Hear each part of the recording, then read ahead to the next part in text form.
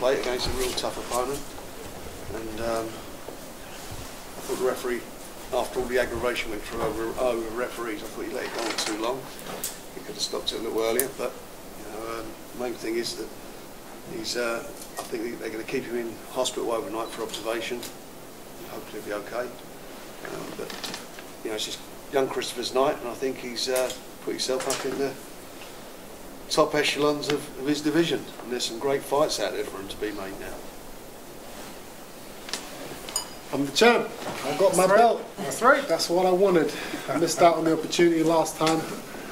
I made sure I didn't make the same mistake this time. And this is what I live for. This is my dream. Now we're building off of it. I'm still not a complete fighter. I've still got things to learn. There's still things in the fight that I could have done better. But overall, I'm happy with the performance. The guy was extremely tough. He was, to take the punishment he took and stand up, didn't take a knee, wasn't looking for a way out. Warrior. A little bit dirty, a few headbutts. That's why I'm not looking so pretty right now. But that's boxing. I'm just happy that I finally got, I've got this. Nobody can take this away from me. So we're gonna build from this, and hopefully we get the rematch with Saunders, because this is this is something that I feel I have to do before I can move on to world honors. This is an interim belt. It's still a world belt, but WBA, you've got the Golovkin, you've got all the other top fighters on the middleweight division.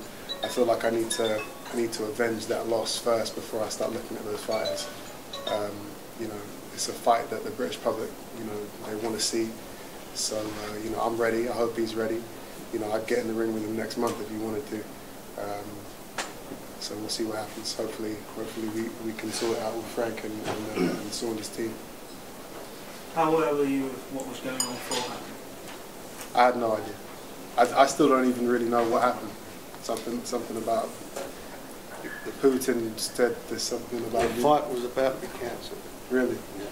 Because why? Because of the officials. But, well, right away through the day, and yesterday, Frank and I spoke this morning, and as far as we are concerned, the fight was going to happen. And Frank, being as comprehensive and as ferocious as he is in the promoting game, I had all the faith in the world that he would be able to actually pull it off, and he did. But we didn't tell Junior. That's none of his business. His business is to keep his mind on the objective. What exactly happened? Well, what exactly happened is probably, it's best Frank explains that if it's necessary. Yeah. Well, for you probably will know, there was a problem over the officials. British Boxing Board of Control wanted an English referee, and our deal was for neutral officials, and so it got into a bit of a dispute. But thankfully, common sense prevailed.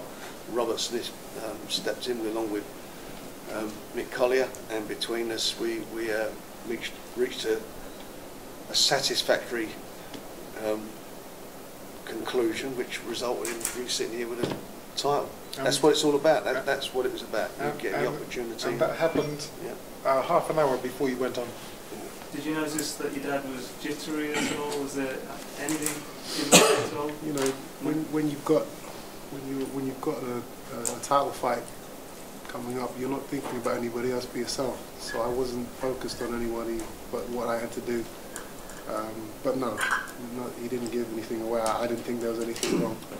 Were you jittery, Chris Jr.? Me? Yeah. Was I jittery? Yeah. Yes, absolutely. I mean, I spoke to Vlad, and I mean, at one point he said to me, go into the changing room and check how the wraps is going on. As someone to watch Dmitry wrapping his hands. I said, no, it's okay. We trust you. We're fighters. Trying to actually kind of give him the confidence that the best man is going to win, and it's not about the officials. You know, it's going to be straight. It nearly didn't happen. Was there a fault? Was there a point where you thought it wouldn't happen? No, I mean, I kind of trust that Frank is, you know, we call Frank a double OG. Oh, git. This is Double OG. a double OG. It's a triple This is- OG. No, I'm the triple. Okay, I'm the triple. That's He's an a old, double. old git. Okay, and that's original gangster. Right. I know you know, but Yeah. But it's a double OG. I was like an old He meant, Double- he meant 007. no. So Frank is good at what he does. So you know, it's like I had faith. You know, I was willing this to happen. Junior's ready. He didn't need a setback, and Frank saw it through. So as difficult as he thinks that sometimes the Eubank team are, we're not difficult. We're just professional. We get things done. Chris Jr, was it a more difficult fight than Billy Joe for you? How do you assess the two? Different style, wasn't it? Completely different, you know. This guy was, you know, non-stop coming forward. With Saunders, I had to chase. I had to force him to fight. Saunders would have been happy to just mess around and pot shot and you know, have a boring fight. I didn't have to worry about that with this guy. I knew he was going to be there. You know, it was. I went in there with the intention of kind of boxing, but he was so persistent that I had no choice after a while but to just, you know, stand there and give him what he wanted, which was a war. You seem to start late again. I know you said you wanted to start early. You didn't really seem to get going until round 3. Is that how you saw it, and why was that? I'd have to watch the fight back, but you know, 12 rounds is 12 rounds. You know, obviously you can't.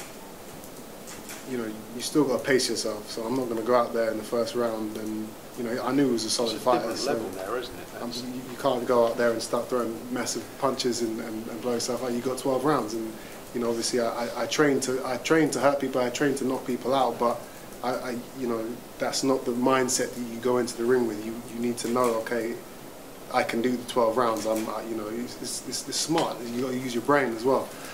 So you know, it was bursts. You know, when I felt the time was right, I would open up, and when I felt it was time to defend or evade, that's what I did. And you know, he didn't really catch me with anything. He didn't catch me with any flush shots. You know, most of it was kind of, you know, off the gloves or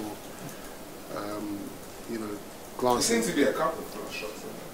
Well, I'd have to watch it back. Obviously, I don't remember getting clipped with anything. You know, I've been hit with punches before where, you know, I mean, for every fight is different. For me, if I get hit with a very strong punch, you know, I have a flash of white, and then I'm right back after about half a second. I'm right back. Some guys will take that same shot and their legs will wobble, or they'll be on the floor. They'll be on the floor asleep. I don't have that problem. I didn't see any flashes of white tonight, so you know, but I'd have to watch I'd like to it know back. how your coach, let's see, prepared you. You know, your dad said he brought you in because he thought, you know, he's going to reintroduce you, re-engage you with the basics. How did that go for you, and how did it work out in the fight? You know, Max was only with me for 2 weeks, so there's only so much. 9 days. So this wasn't, you know, he didn't come here and change everything that I was doing. He was just there to support and to, you know, to instill what the game plan was. You know, I went in there knowing that I needed to use my jab, and you know, that's a lot of the stuff we worked on was, you know, off of the jab. He's got a lot of experience. He's trained many fighters, and you know, when I'm in England, I don't really have. I haven't really been. Whenever I'm over here, I don't really have like a solid trainer. You know, Ronnie's there, but he's not. He's the overseer. He's not actually training me. I'm kind of going off of what I think I should do. So, you know, obviously now that we're at this level, you need somebody that can, you know, be there 24/7. Were you surprised, Chris, the referee didn't stop it sooner? Yeah. In the back of my mind, I didn't know. Obviously, the the referee who came in to tell me the rules before the fight was English. Terry O'Connor. Terry O'Connor. When I got into the ring, I saw the different guy, and I thought he was Russian. I just heard accent, so I thought, okay, they've switched the refs. I don't know what this is about. Something's going on. And then obviously, you know, I'm teeing off on him, and he's not stopping the fight. So I'm thinking, hold on, what's going on here? Like, you know, is this? Am I being set up here? Like, because other fights, you know, they would have taken half of those shots, and the referee would have stopped it. I'm thinking, why is he letting them go on? So that was one of the reasons why in the 12th round I thought to myself, you know what, let me just... What round? In the last round, I was like, I don't want this to go to the judges. You know, I've never gone into a ring and they've changed the referee, so let me not risk anything. You know, I did that in the last fight. It didn't go my way when I thought it should have.